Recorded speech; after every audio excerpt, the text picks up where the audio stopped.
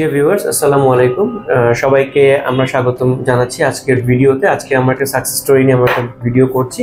আমাদের স্টুডেন্ট মাহমুদুর রহমান প্রান্ত ও ভিসা পেয়েছে master of engineering internetworking in Dalhousie University for May intake 2025। So আমরা তার সাথে একটু কথা বলবো, তার জার্নিটা কেমন ছিল উইথ প্রমিনেন্ট এবং তার ভিসা সাকসেসের অনুভূতি কি, সব কিছু আমরা জানবো। সো প্রান্ত, congratulations that you got visa finally for Canada, and is the second time you applied for Canada and finally you got visa. সবকিছু মিলিয়ে প্রেজেন্ট ফিলিংসটা কি? প্রেজেন্ট ফিলিং আলহামদুলিল্লাহ ভালো। আমি যেহেতু ফার্স্ট টাইম রিজেকশনের পরে একটু ডিপ্রেস ছিলাম, আসলে প্রোফাইল ভালো থাকার পরেও আমি রিজেকশনটা চলে আসে।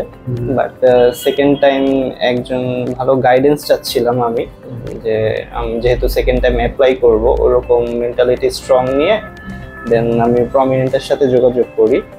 ফাইনালি আমার ভিসাটা অ্যাপ্রুভ আসে। আমি ডালহাউজি ইউনিভার্সিটিতে যাচ্ছি মাস্টার অফ ইঞ্জিনিয়ারিং ইন্টার নেটওয়ার্কিংয়ে। তো আলহামদুলিল্লাহ ভালো, আমি খুবই এক্সপিরিয়েন্স। প্রান্তর প্রোফাইলে যদি শেয়ার করতে পারেন, আপনার কোন ভার্সিটিতে পড়াশোনা করেছেন, সিজিপিএ কেমন ছিল, আইএলটিএস স্কোর কেমন ছিল? আমার ব্যাচেলর আমি কমপ্লিট করেছি এআইবি থেকে 2020-এ সিএসসি তে। আচ্ছা। আর আমার আইএলটিএস স্কোর ছিল 6.5, ওভারঅল 6 ছিল সবগুলোতেই। আর আমার প্রায় 4 ইয়ার্সের মতো আইটি ইন্ডাস্ট্রিতে ওয়ার্ক এক্সপিরিয়েন্স ছিল। এটাই ছিল ওভারঅল আমার প্রোফাইল। তো ডালহাউজিটা কেন চুজ করলেন?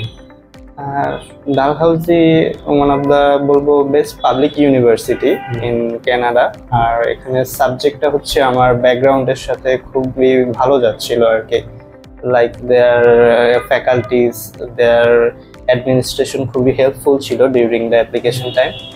তো ওভারঅল এবং আমার মনে হয় যে আপনি এই সাবজেক্টের ব্যাপারে খুব ডিটারমাইন্ড ছিলেন যে আমি সাবজেক্টে যেতে চাই। You are so specific for this program. So like Canada যদিও এখন অনেকের কাছে একটু অনেকেই নেগেটিভ একটা মাইন্ডসেট কাজ করছে কানাডার ব্যাপারে, যে what's gonna happen in Canada in future, যেহেতু কানাডাতে সবকিছু নিয়মকানুন চেঞ্জ হচ্ছে। তো আপনি কি বলবেন অ্যাজ এ স্টুডেন্ট হিসেবে, যেহেতু ভিসা পেয়েছেন, সো কানাডার ব্যাপারে আপনি কিভাবে স্টুডেন্টদেরকে মোটিভেট করবেন?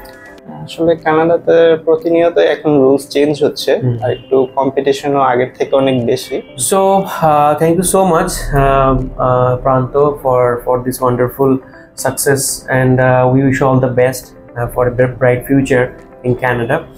অ্যান্ড ডিয়ার ভিউয়ার্স, যেটা প্রান্ত বললো, অ্যাকচুয়ালি কানাডাতে অনেক নিয়মকানুন চেঞ্জ হওয়ার কারণে অনেকে একটু ফ্রাস্ট্রেটেড, বাট আসলে ইটস নট, মানে এটা নিয়ে এত ফ্রাস্ট্রেশনের কিছু নাই, because if you go to directly bachelor masters, the opportunities are still same. After bachelor masters you can go for 3 years work permit, you can bring your spouse in masters program, your spouse can work full time.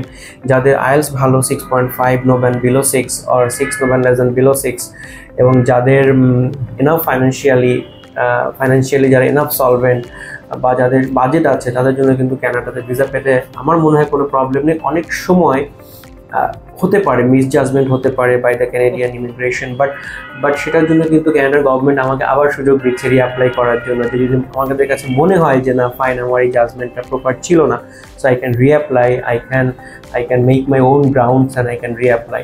So সেটা একটা সুবিধা আছে। অনেক সময় যদি আমাদের ডিসিশনটা আমাদের ফেভারে না আসে, আমরা কিন্তু রিঅ্যাপ্লাই করতেই পারি, 2-3 বার 4 বারও করতে পারি আমরা। তো এটা কোনো প্রবলেম নেই। বাট যদি আপনার ডিটারমিনেশন থাকে, if you are think that যে না ফাইন, আমার প্রোফাইল ভালো, আমার আইএলটিএস ভালো, একাডেমিক প্রোফাইল ভালো, আমার ফাইন্যান্সিয়ালি স্ট্রং, সেক্ষেত্রে কিন্তু অবশ্যই আপনার গিভ আপ করা যাবে না, আপনি ভিসা পাবেন। So thank you so much for watching this video. সবাই ভালো থাকবেন, সুস্থ থাকবেন, আল্লাহ হাফেজ।